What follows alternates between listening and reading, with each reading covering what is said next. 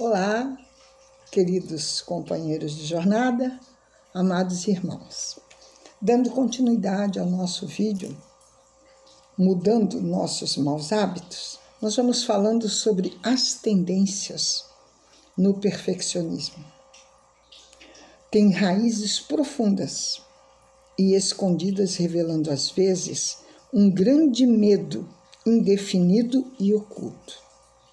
A diferença principal entre uma pessoa saudável e o perfeccionista é que o primeiro controla a sua própria vida, enquanto que o segundo é controlado sistematicamente por sua compulsão pertinaz. Trazemos como somatório de muitas existências, crenças negativas, de que nosso valor é medido por nossos empenhos bem-sucedidos e que os erros nos rebaixariam o merecimento como pessoa. Daí as emoções desconexas do medo, do desagrado e da punição. Por exemplo, pensamos inconscientemente que se formos imperfeitos e falhos, as pessoas não vão mais confiar em nós. Ou jamais teremos sucesso na vida. O transtorno do perfeccionismo é não se aceitar. Como espíritos falíveis que somos, temos que aprender a aceitar e a mudar essa condição, tentando agradar e corresponder às expectativas de todo mundo. Necessitam ser impecáveis, os perfeccionistas. Respondem todas as perguntas, mesmo aquelas que eles não sabem corretamente. Porque não querem ser julgados, não querem que as pessoas deixem de gostar dele. Esses distúrbios de comportamento levam, às vezes, os indivíduos a uma lentidão superlativa para fazerem as coisas e por quererem fazer tudo com tantos detalhes, milimetricamente pensado, com muita precisão. Vamos dar um exemplo aqui, que outros são até conhecidos como proteladores. O perfeccionista pode ser conhecido como protelador. Por quê? Ou seja, adiam sistematicamente a ação por temerem um desempenho imperfeito. Vamos ver. Se eles começam a apontar um lápis, levam esse objeto à destruição, em alguns minutos, pela busca milimétrica da perfeição. Não tá bom, quando vê, o lápis está desse tamanho, um cotoquinho.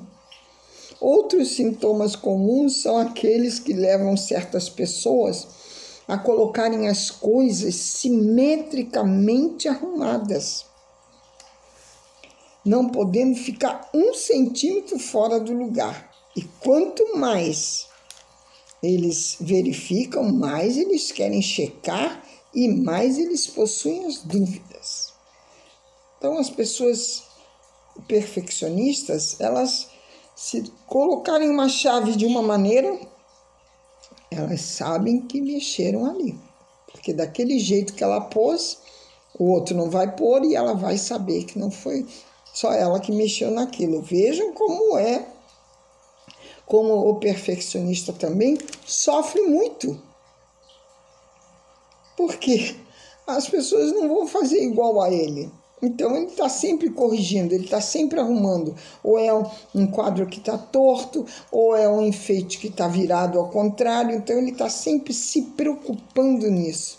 Claro que, muitas das vezes, isso não vai trazer alegria, isso não vai trazer a calma. Pelo contrário, ele fica agitado, ele fica nervoso, ele fica chateado, ele se incomoda. Então, olha quanta coisa negativa. Eu mesma sofri disso muitos anos. Quando eu descobri que o perfeccionismo, se eu não trabalhasse, eu tinha passagem direta para o inferno, chorei 6 dias e 6 noites, porque eu já achava que eu estava até lá no céu, já de tão certinha que eu era, ou que tentava ser, e que no fundo não era feliz porque vivia preocupada se tudo dava certo, se tudo estava certo, se era assim que eu tinha que fazer, né? Então, isso mexe com a gente. Isso nos coloca até nervosos. Nos tornamos pessoas intolerantes, pessoas que são chatas da gente conviver. Somos todos convocados por Jesus ao exercício do aperfeiçoamento, mas contemos com o tempo e a prática como fatores essenciais para nos melhorarmos, para chegarmos a essa perfeição que um dia todos vão chegar à angelitude, ao nosso Pai. Mas com o quê? Respeitando o momento, respeitando as nossas limitações, indo aos poucos, porque a natureza ela não dá saltos. Nós não mudamos uma coisa do dia para outra, então nós temos que começar a aceitar. Trabalhar, sim, a perfeição, porque tem um capítulo lá no Evangelho que diz isso: sede perfeitos como o vosso Pai foi perfeito. Mas não é o perfeccionismo, esse exagero em estar tudo certinho, em estar tudo no local, em estar tudo na hora certa, na hora que Ele quer. Então nós temos que ter cuidado com isso. E aqui nós vamos fazer a proposta, né? Vamos mudar o nosso mau hábito do perfeccionismo? Vamos passar ele para a perfeição só? Que tal? Eu trabalho muito isso, muito mesmo dentro de mim. E hoje já não sofro tanto, sofro bem menos. Em correta acepção da palavra, desapego quer dizer indivíduo que desenvolveu sua capacidade de avaliar e selecionar o que pode e o que deve fazer, estruturado em seu próprio senso de autonomia. Agarrar-se a familiares de modo exagerado gera desajustes e doenças psicológicas, das diversas características, desde a mais leve, que é das inseguranças, que se deve ou não sair de casa, que roupa que eu posso pôr, qual é a aprovação que eu vou ter. Tudo isso nos leva quando somos agarrados aos nossos familiares, porque somos apegados.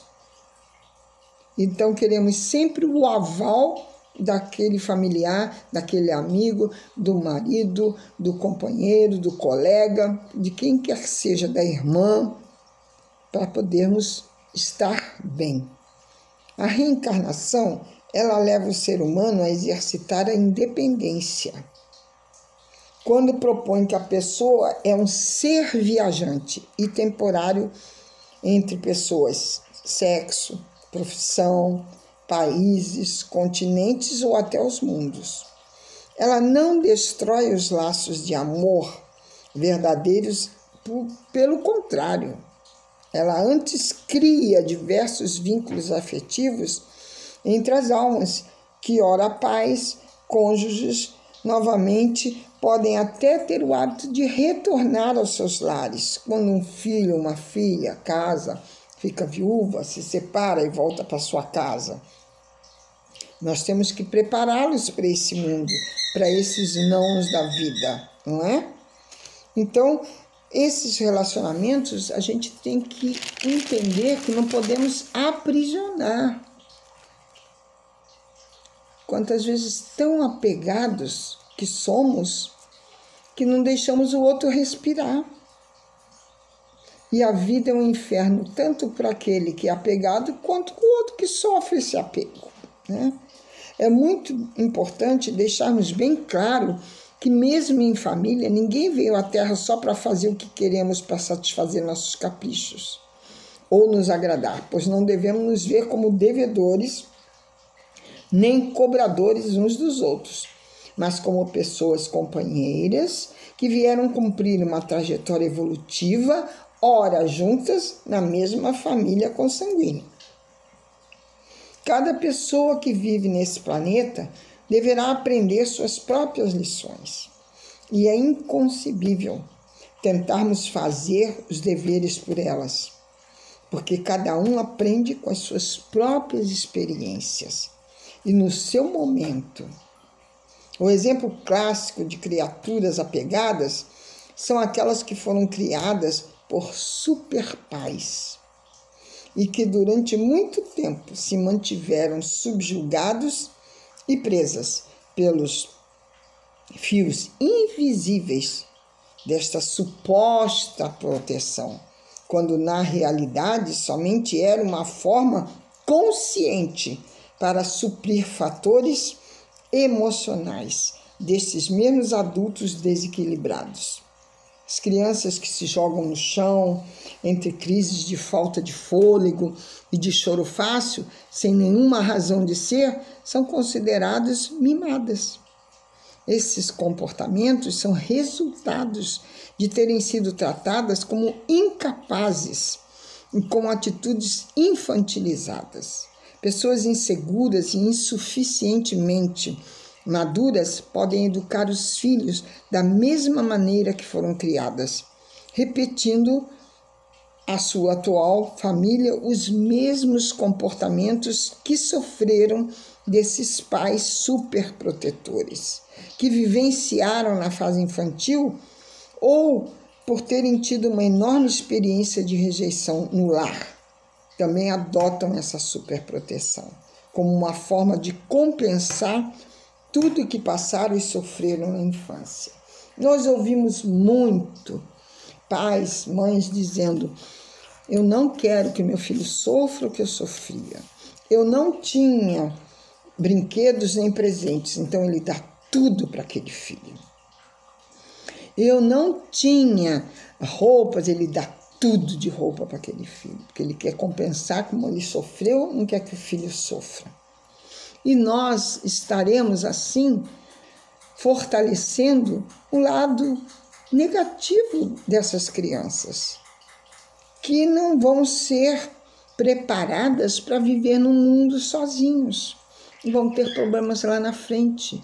Conheci uma mãe que veio me dizer que não estava bem feliz no casamento e, sabendo que seu marido tinha uma outra mulher, desde o tempo que ela se casou, ficou muito chocada e tinha um filho.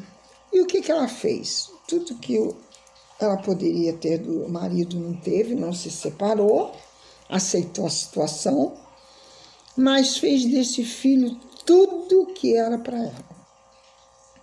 Esse filho era tudo na vida dela.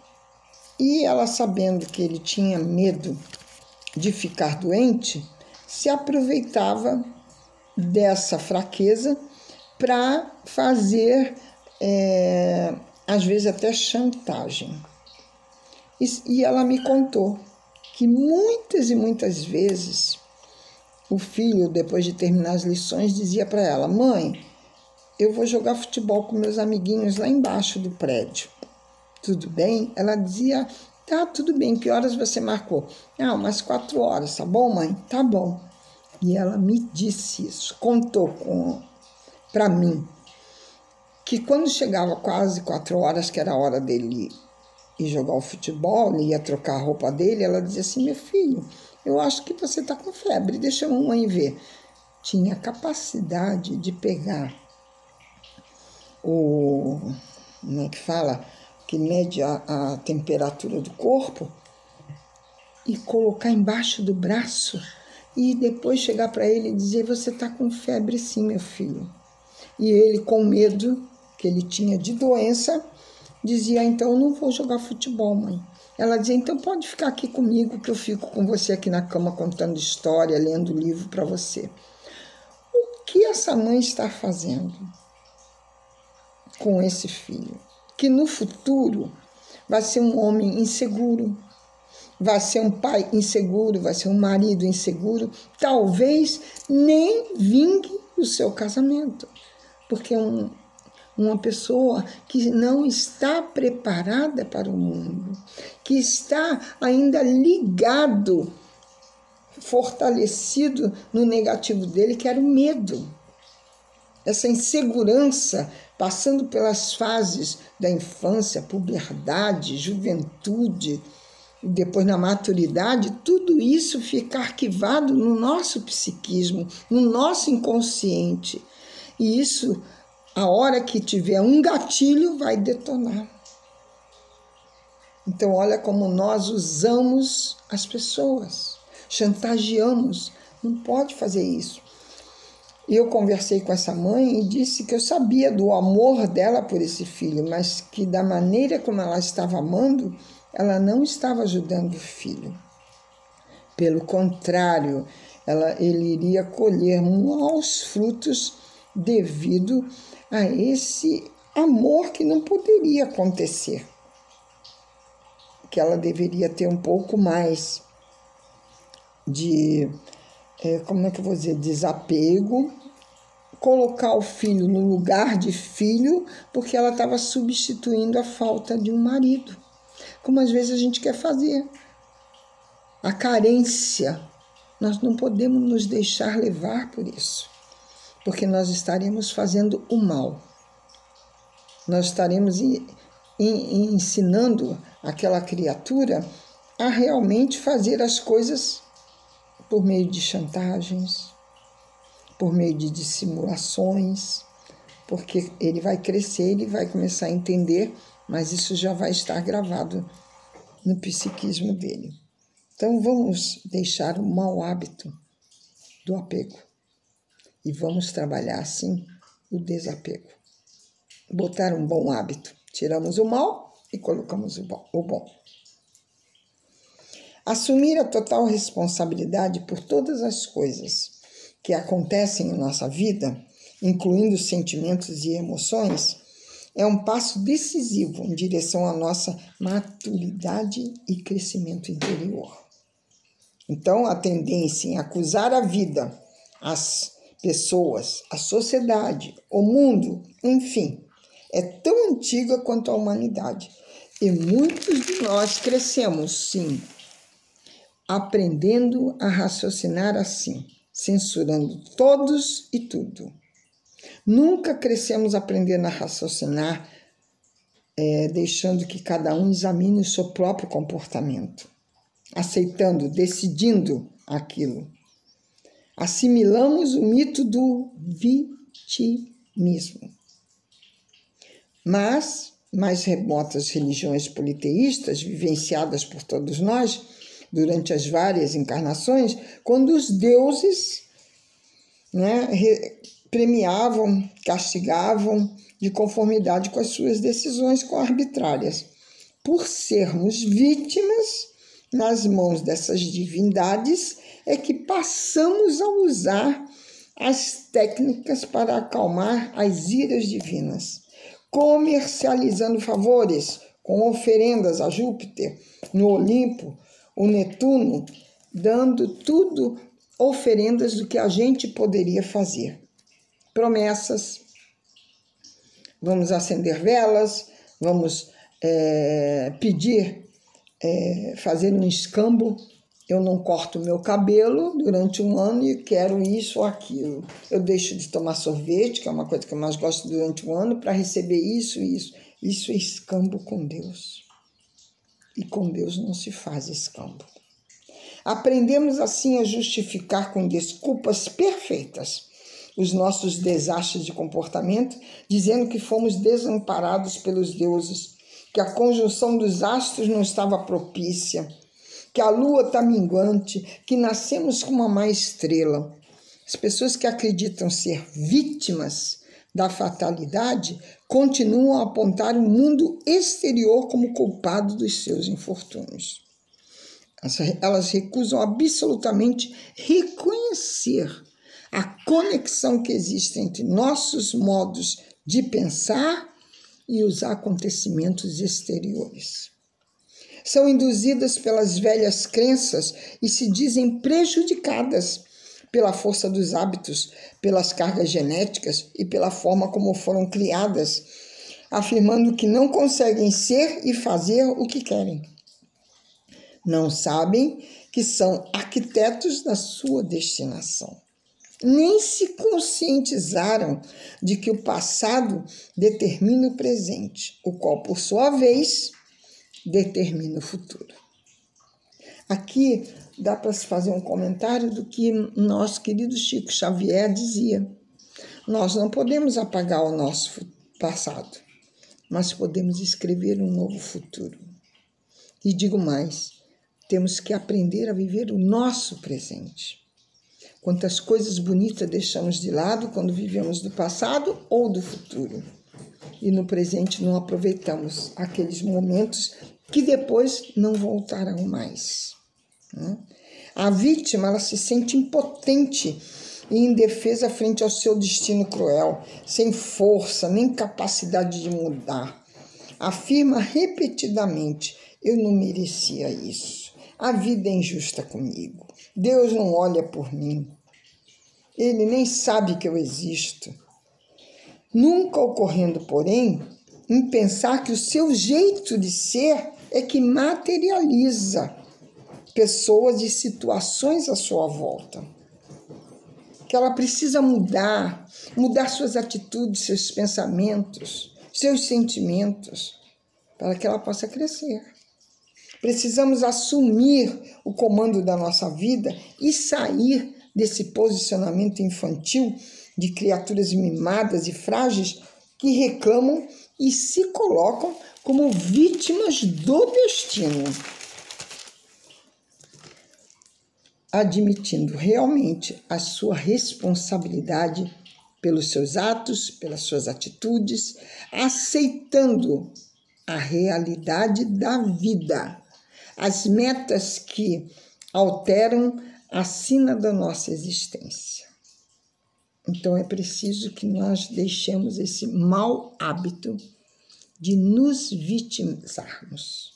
Somos as vítimas, somos os coitadinhos. Eu costumo dizer, somos o último biscoitinho do pacote. Não somos nada disso. Somos fortes. É só querermos. É só nós lutarmos. É só nós termos fé, confiança, acreditar no nosso potencial. Nos valorizar, nos amar. Porque é isso que precisamos. Aí está incluído tudo, a baixa estima, o desânimo. Nós temos que ter otimismo, coragem para enfrentar. Fizemos errado, aconteceu, não vou fazer mais, me proponho a me melhorar, mas nunca sermos covardes diante de situações e nos vitimizando. Coitadinho. Ninguém é coitadinho nessa vida. O Pai nos criou simples e ignorantes, nos dando tudo igual. Apenas cada um vai dar o que tem e o que quer. Se eu quero me melhorar, se eu quero crescer, eu vou lutar. Eu vou em frente. Eu vou mudar a minha maneira de pensar. Eu vou mudar a minha maneira de sentir e eu vou mudar as minhas atitudes. E aí sim, estarei em conexão com o universo. Não sofrerei tanto. E quando vier os meus testemunhos, eu terei a força do meu espírito para realmente aceitar resignadamente essas provas que estão já em nossas vidas, porque viemos aqui para resgatar, para aprender, para crescer, para evoluir. Graças a Deus, Que o nosso Mestre Jesus esteja abençoando esse orbe terrestre todo, o nosso Brasil, todos os estados e cidades e aqui na nossa Praia Grande. Que Jesus nos fortaleça a cada dia para que possamos ser pessoas de fé, corajosas, confiantes, alegres, otimistas, equilibradas, obedientes. Beijo em seus corações e até o nosso próximo vídeo.